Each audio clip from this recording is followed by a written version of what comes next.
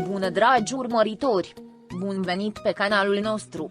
Serialul nu mai are remediu, l-au stricat din momentul în care au început să se lipească de prima actriță Sila Turcoglu. Acum sunt din ce în ce mai convins că Halil are de-a face cu tot acel program, îl cunoștea pe Naz, voia să lucreze un serial zilnic, a cunoscut-o pe Sila în Yemin și a propus să o aducă la Emanet, iar de acolo toate lucrurile rele care s-au întâmplat până acum sunt doar vina ta. Influențele rele îl înconjoară. Ca Emanet a reușit doar datorită lui Si, asta acum a devenit realitate. De aceea nu pleacă și acum inventează boala pentru a justifica și a înșela fanii care îi cer să plece. Întotdeauna pentru această companie de producție și canal totul s-a învârtit în jurul lui Halil. S-au împușcat în picior când au aflat că nu era chiar așa pentru fani. Fiecare rege are regina pe care o merită și în adâncul sufletului a meritat-o pe Nanuca. Această subțire este să o vezi pe Sila strălucind, câștigând premii etc. în timp ce ea merge la vale, ego-ul ei a ajuns în presă, de la a fi un simplu acum, fiind bătută de Nanuca. Emanet este un cuib de narcisist. Fie ca cei mai buni să câștige. Emanet nu mai înseamnă nimic, nu mai există de mult. Au distrus un serial de succes, au distrus o frumoasă poveste de dragoste și viață, cea dintre Yaman și Seher și au adus în prim plan noua poveste de dragoste a lui Yaman transpusă în comedie. Un scenariu ridicol, total ridicol, o comedie proastă, nu mai există Emanet, nu mai înseamnă moștenirea. Totul se învârte în jurul lui Nana, așa cum a mai spus cineva, nici pe Yusuf nu îl mai arată, sezonul 3 a devenit o comedie între Yaman și Nana. Este timpul ca și Halil să își urmeze visele, să iasă cât mai repede din acest proiect, care este mort din start, dar trebuie să aibă curajul să spună stop. Nazmie și Nana Conda l-au făcut pe Yaman să-și piardă modul de a gândi. Orice hârtie ar fi vrut să scrie în schimbul unei mită, iar lui Halil îi se spune cât de rușinos sunt locuitorii rămași din Emanet. Halil a primit și un preț zero, cine se poate plânge lui Yaman? Ți-ai rătăcit șansa cu cea mai frumoasă femeie din viața ta, dar nu ai luat decizii clare cu privire la unde vrei să mergi.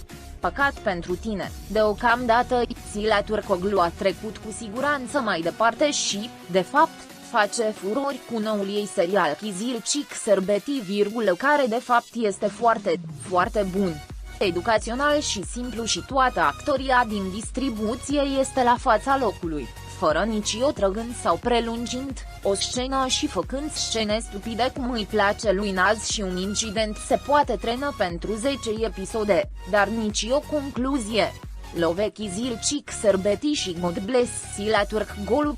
Halil Bey, poți rămâne pe canal 7, Nazmie și Emanet împreună cu actrița cu aspect de vrăjitoare care o înlocuiește pe Seher, această tragicomedie care se învârte în jurul Nanei, ea trebuie să dispară acum, să pună capăt acestui circ din respect pentru public, altfel reînvie cumva Seher și va avea din nou publicul de înainte. Cum este eșecul absolut se mută doar de la un iaz de Nazmie Hanim la altul, nimic grozav sau interesant, vrea să-și transforme fanii în nebuni, dând acea scuză pentru a rămâne acolo.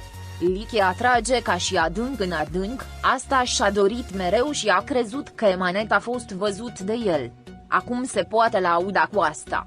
Lăsați toți actorii să părăsească serialul și așa îi vedem doar pe acești doi narcisici. Nazmie, probabil că a luat mită de la tatăl vrăjitoarei și scrie scenariul pentru ei doi. Problema nu este Yaman, ci Nana. Totul a devenit o acțiune ce se învârte în jurul ei. Se vede clar că se vrea promovarea acestei femei, cu orice chip și în pofida tuturor actorilor. Este clar Șez 3 a fost scris pe Nana, Pana și Yaman este marginalizat. Nu știu cum se complace cu această situație când datorită lui mai este urmărit serialul. Până acum Emanet nu a reușit, pot face ce vor. Până acum oamenii s-au săturat să vadă prostiile astea. E pâine. Halil își pierde consensul, nu mai este la fel, cu ochii plictisiți. Poți să spui că nu este fericit, acele zâmbete pe care le dă cu Nanuca nu sunt false, spontane, au pierdut. Acesta este adevărul. Gura nu este drăguță, atestă că nu este frumos, capul este prost făcut, picioare mari, mâini mari, corp slab, picior subțire fără șolduri, numai ochi, arată ca o mamă când are un copil, are corpul mamei, lăsăm ralile în pais pentru că el are soție și fiul lucrează pentru a avea grijă de familie. Soția lui este frumoasă, nu o deranjez pentru că ea lucrează, dar el ca celălalt lucrează. Dacă pasiunea este problema ta pentru că are amanta. Pentru noi toți, fanii și publicul, în sezonul 2 s-a dovedit a fi un serial de groază și crime în loc de o poveste de dragoste pe care Canal 7 i-a pus titlul greșit, Emanet Olegachi. Fiecare alt episod este rău, atât de crud și rău dincolo de imaginația noastră, așa că scriitorul turc este cu adevărat rău / oribil / rău și noi toți fanii internaționali îl interzicem pentru totdeauna pe Nazmiye Yilmaz.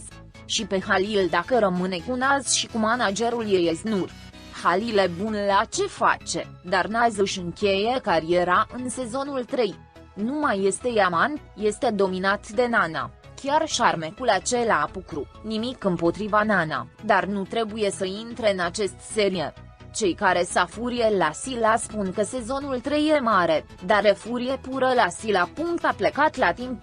Halil nu știe de ce a rămut. Moșteniția s-a terminat, chiar Berata Partag, sunt bine. Halil lasă asta, totul este o copie grotescă a primului. Când nu își distruge complet cariera de actoriație.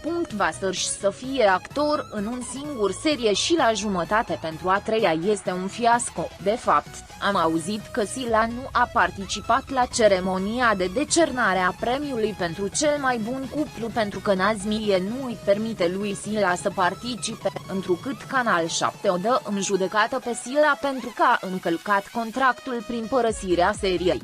Poate au existat și alte motive și până acum cred că Halil este total rău, așa cum ai spus. Dacă îl iubesc cu adevărat pe Sila, ar trebui să fie suficient de bărbat pentru a cânta de când Sila a părăsit spectacolul. Dar el decide să facă spectacol și a arătat cât de apropiat este de managerul său Eznur, unde este un fapt că toată lumea a spus în repetate rânduri cât de fapt ea este cea care a despărțit-o pe Silhal pentru că este total geloasă pe Sila, popularitatea ei și chiar apropiere de Halil, dar au fost parteneri într-un serial grozav, atunci. Oricum, nu mai pasă să dau un singur vot pentru Halil și să mă concentrez doar pe Sila și pe alte câteva vedete, deoarece Halil pur și simplu nu este demn de atenția sau dragostea noastră. El este total în spatele propriei cariere și face lucruri în favoarea lui.